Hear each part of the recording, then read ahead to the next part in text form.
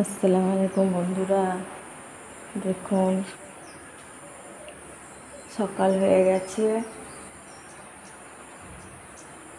দেখুন আজকে ছেলে বলল, মা আজকে রুটি নিয়ে যাব না, ভাত নিয়ে যাবো। এই জন্য ছেলের জন্য ভাত বসিয়ে দিয়েছি রান্নাঘরে।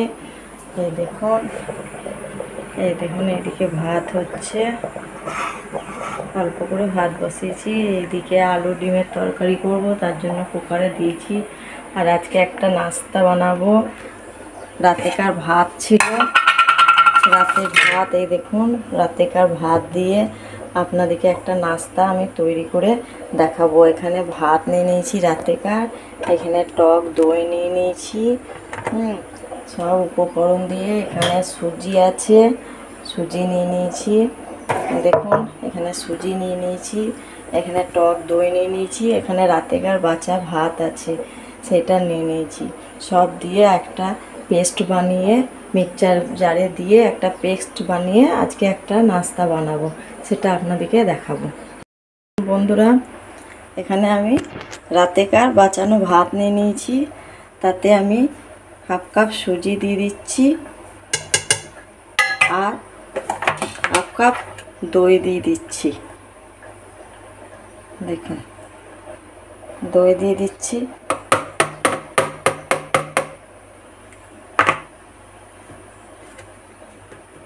টক দই দিয়ে দিবেন আধা কাপ সুজি দিয়ে দিবেন। আর রাতেকার বাঁচানো যতগুলো ভাত থাকবে পরিমাণ মতো দিয়ে দিবেন, পরিমাণ মতো লবণ দিয়ে দিবেন। এই দেখুন পরিমাণ মতন লবণ দিয়ে দিবেন।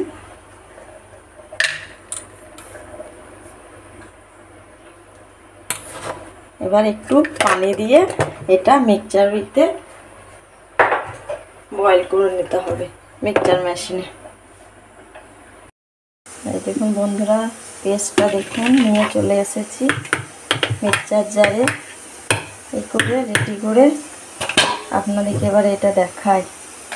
এটা ঢেলে নেবেন, দেখুন কত সুন্দর হয়েছে।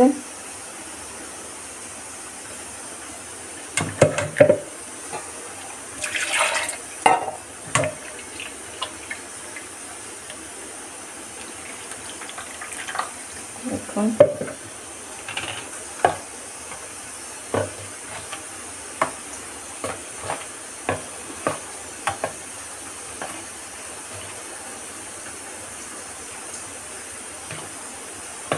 এই দেখুন পেস্টটা।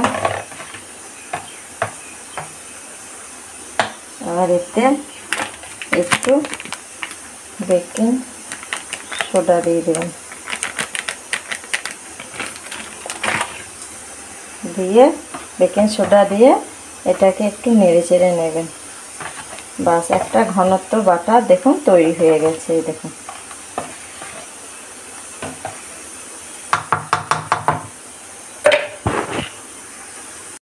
দেখুন বন্ধুরা বাটারটা, এই দেখুন।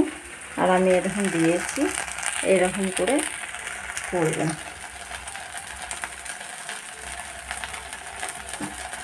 এইরকম করে করবেন, এইরকম হবে। এটা আপনারা চাটনি কিংবা কোনো কিছু দিয়ে খেতে পারবেন। দেখুন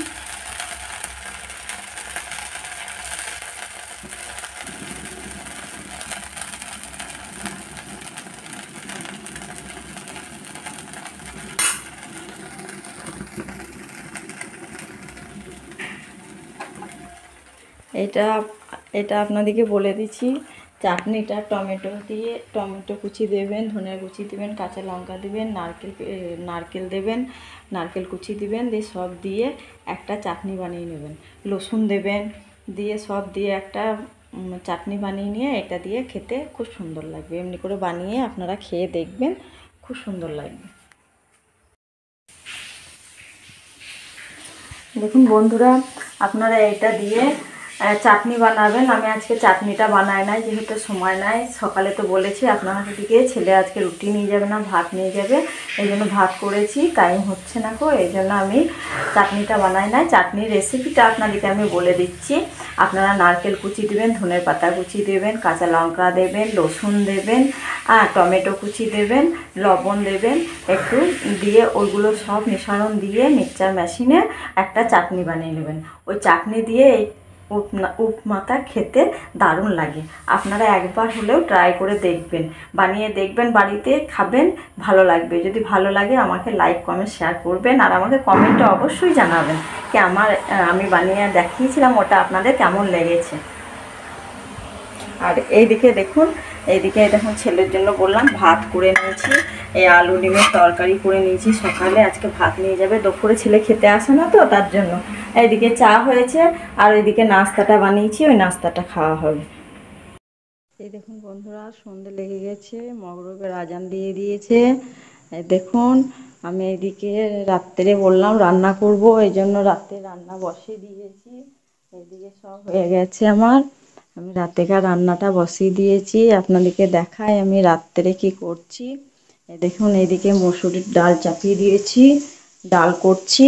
আর এইদিকে দেখুন বেগুনটাকে আমি নুন, হলুদ, লঙ্কা গুঁড়ি, জিরে গুঁড়ি দিয়ে আমি এটাকে মাখিয়ে 10 মিনিট রেখে দিয়েছিলাম। রেখে দেওয়ার পর একটা ডিমকে বাটিতে ফাটিয়ে নিয়েছি, দিয়ে সেই ডিমটা দিয়ে আমি বেগুনটা ভেজে নিচ্ছি। এই বেগুন ভাজা, আলু সিদ্ধ আর মসুরির ডাল রাত্রে, এই তরকারিটাই রাত্রে আমরা আজকে খাবো মা ছেলেতে। হ্যাঁ বন্ধুরা, দেখুন রাত্রে রান্না করেছি, যা রান্না করেছি সেটা দেখাই আপনাদেরকে তখন তো বেগুন ভাজাটা দেখিয়েছি। এই দেখুন, এদিকে আলুটা সিদ্ধ করতে দিয়েছি, ছেলে চলে এসেছে, ছেলে আলু ছিল না বাড়িতে, তার জন্য আলুটা সিদ্ধ করতে দিয়েছি আনার পর। আর এদিকে দেখুন বেগুন ভেজে রেখেছি, আপনাদেরকে দেখিয়েছি, বেগুন ভাজা করেছি। এদিকে দেখুন ডাল করেছি, ডাল ভাতটা করেছি, আর এই দেখুন ভাত করেছি। রাত্রে আজকে এইটাই খাবো আমরা, আর কিছু করবো না। রাত্রে আমরা এই সবজি করেছি, এটা দিয়ে ভাত খাবো, আর কিছু বানাবো না। কালকে আবার কি সবজি বানাই, কি রান্না করি আপনাদেরকে সব দেখাবো। আজকের ব্লগটা এখানেই শেষ করছি। আর একটা কথা বলি আপনাদেরকে, আমার ভিডিওতে লাইক কমেন্ট শেয়ার করে দেবেন। ভালো লাগলে অবশ্যই একটা লাইক কমেন্ট শেয়ার করবেন।